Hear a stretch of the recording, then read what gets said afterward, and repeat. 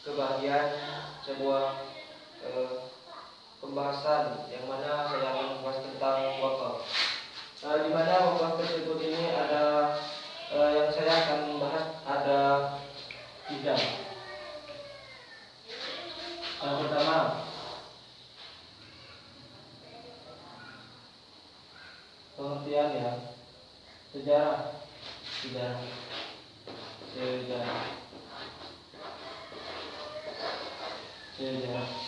Dan yang kedua, dasar atau hukum.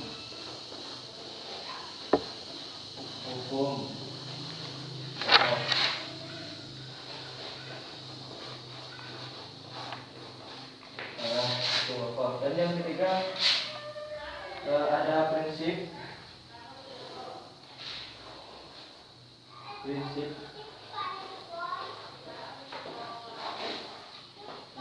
dan juga strategi.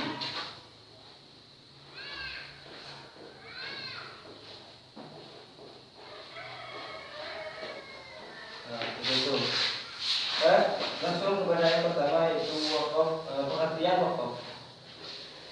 Di sini menurut bahasa wakaf berasal dari wakaf, yang berarti menahan atau berhenti di tempat. Sedangkan wakaf menurut Undang-Undang Nomor 141 Tahun 2004 adalah perbuatan hukum wakif untuk memisahkan atau menyerahkan sebagai harta benda miliknya untuk dimanfaatkan selamanya.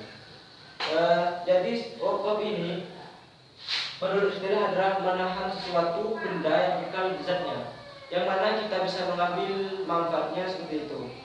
Ada sebuah barang kita wakafkan kepada seseorang. Nah, dan wakaf itu tidak boleh dijual, akan tetapi bisa diambil manfaatnya. Ada beberapa pengertian wakaf, antara lain menurut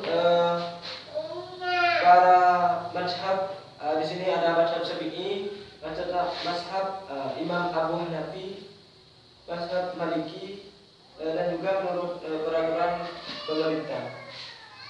Di sini menurut Imam Syafi'i dan Hambali adalah seseorang menahan hartanya untuk bisa dimanfaatkan di segala bidang kemaslahatan dengan tetap meletakkan harta tersebut sebagai takarrub kepada Allah Ta'ala. Seperti itu. Jadi bisa dibilang wakaf ini adalah amal jariah, seperti itu. Dapat disimpulkan dari pengertian bahwa wakaf itu termasuk salah satu di antara macam pemberian. Akan tetapi wakaf tersebut tidak boleh dijual apabila dan bendanya harus tetap utuh.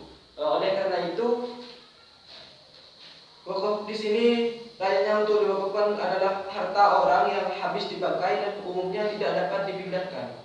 Misalnya tanah, seperti tanah itu bisa diwakafkan. Nah, ketika ada seseorang mewakafkan tanah, tanah tersebut bisa diambil manfaatnya, seperti membangun semacam pondok atau seperti apa gitu, dan bangunan dan sejenisnya, utamanya untuk kepentingan umum, misalnya untuk masjid. Nah, seperti itu, masjid kan ada tentunya musola, pondok pesantren, penjarahan, jalan umum dan sebagainya. Nah, seperti itu. Jadi wakaf ini tidak boleh dijual, akan tetapi hanya bisa diambil manfaatnya, seperti itu. Di sini ada sejarah wakaf. Sebentar. Di sini ada sejarah wakaf. Sejarah wakaf. Jadi wakaf, sejarah wakaf.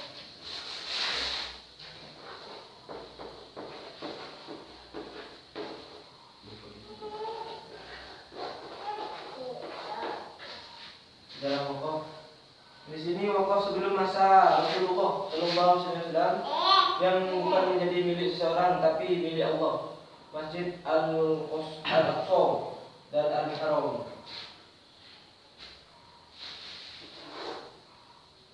Ini sejarah wakaf ya. Wakaf sebelum masa Nabi Muhammad.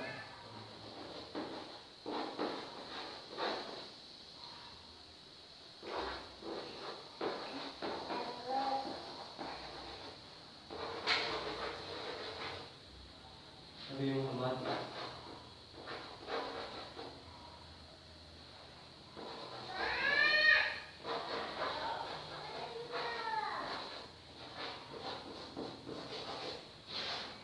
Jadi sejarah wakaf ini ada sebelum masa Rasulullah SAW yang bukan menjadi milik seorang tapi milik Allah. Jadi sebelum masa sejarah wakaf ini ada sebelum Nabi Muhammad. Nah, bisa dibilang wakaf ini adalah bukan milik seseorang akan tetapi milik Allah Subhanahu wa taala, seperti itu. Dan yang kedua, wakaf pada masa Rasulullah. Ini sedang pada masa Rasulullah. Di sini mewakafkan tanah untuk dijadikan masjid. Nah, seperti yang dicontohkan saya tadi, mewakafkan tanah menjadi bangunan masjid begitu. Ini sudah zaman Nabi Muhammad.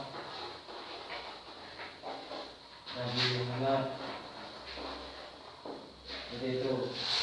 Yang ketiga, ada wakaf pada dinasti. Ini sudah para sahabat ya. Para sahabat.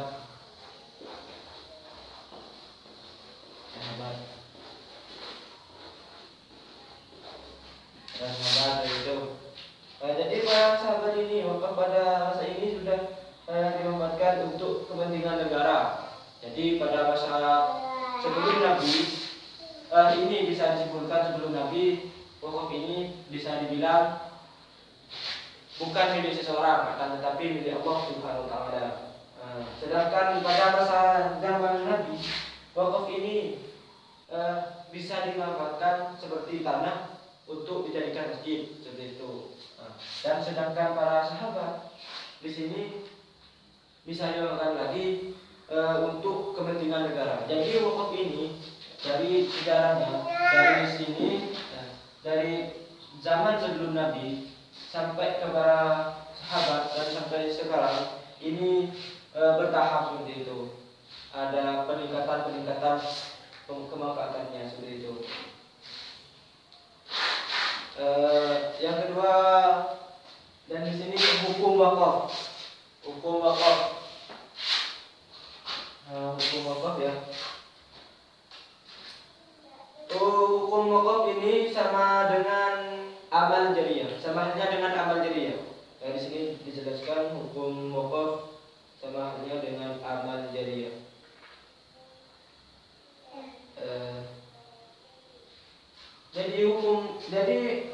Apa yang dimaksudnya?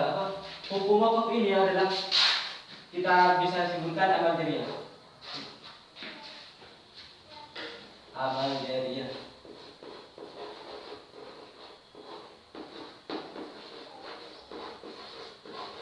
Amal jariyah seperti ini. Jadi apa dengan amal jariyah ini? Amal jariyah ini adalah sebuah pemberian atau sedekah kepada seorang yang atau kepada untuk seperti bangunan masjid seperti itu. Itu amal jariyah. Seperti saya memberi uang kepada seseorang yang meminta amal. Biasanya ada di desa-desa itu biasanya ada seseorang membawa karung gitu untuk bantuan masjid seperti itu. Nah, saya memberi itu namanya amal jariyah seperti itu. Seperti di jalan-jalan ada segerombolan orang ada loudspeaker menunggu orang nekuk centeng seperti itu. Nekuk centeng, itu amal jariyah seperti itu. Jadi hukum wakaf ini sama halnya dengan amal jariyah seperti itu.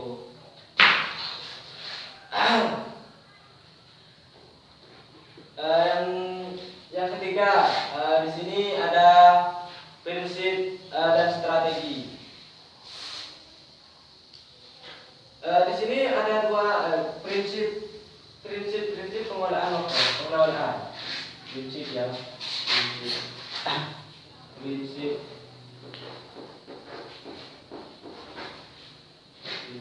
pengelolaan wakaf. Yang pertama, seluruh harta benda wakaf harus diterima sebagai sumbangan dari wakif, sedangkan status wakaf sesuai dengan syariat.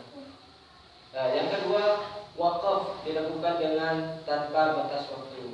Jadi yang pertama ini ya, seluruh harta benda wakaf harus diterima sebagai sumbangan dari wakif. Nah, sedangkan status wakaf sesuai dengan syariat. Jadi prinsip-prinsip pengelolaan wakaf ini, yang pertama harus diterima sebagai wakif atau sebagai sumbangan dari wakif, seperti itu. Dan yang kedua, wakaf dilakukan dengan tanpa batas waktu. Jadi wakaf ini kapan saja, seperti itu. Kita melaksanakan pelaksanaan wakaf ini kapan saja, seperti itu. Tidak ada batas waktu. Yang ketiga, wakif mempunyai kebebasan memilih tujuan-tujuan sebagaimana yang diperkenankan oleh syariat. Jadi seorang wakif bebas memilih tujuan sebagaimana untuk mau disedekahkan kepada untuk bantuan pesantren atau masjid, seperti itu. Dan yang keempat, jumlah harta wakaf untuk dan hanya keuntungan saja yang akan dibelanjakan untuk tujuan yang telah ditentukan oleh wakaf. Nah, jadi jumlah harta terserah untuk dan untungnya saja akan dibelanjakan untuk tujuan yang telah ditentukan oleh wakaf, seperti itu. Dan yang kelima, wakif dapat meminta keseluruhan keuntungan untuk tujuan yang telah ia tentukan, seperti itu. Di sini ada strategi dan rencana dengan DUPU DT dalam mengelola wakaf. Yang pertama, berbanyak sosialisasi dan promosi tentang wakaf. Pembantuan, jadi perbanyak sosialisasi.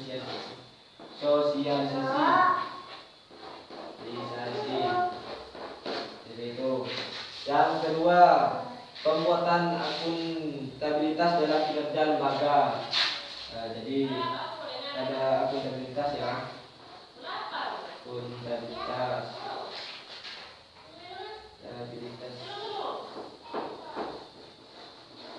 Jadi itu.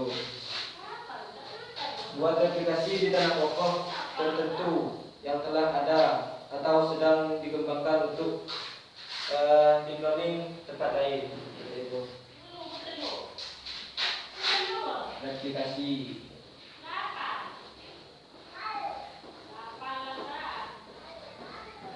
Seperti itu. Jadi mungkin seperti ini yang bisa saya sampaikan, dan saya kurang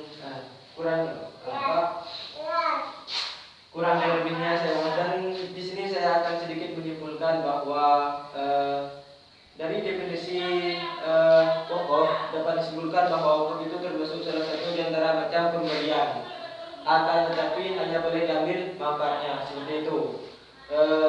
Dan bendanya harus tetap utuh. Oleh karena itu, harta yang layak utuh untuk diwakafkan adalah harta yang tidak habis dipakai dan umumnya tidak dapat dipindahkan, misalnya tanah, bangunan, seperti itu. Dan mungkin hanya itu yang bisa saya sampaikan. Kurang lebihnya mohon maaf. Wassalamualaikum warahmatullahi wabarakatuh.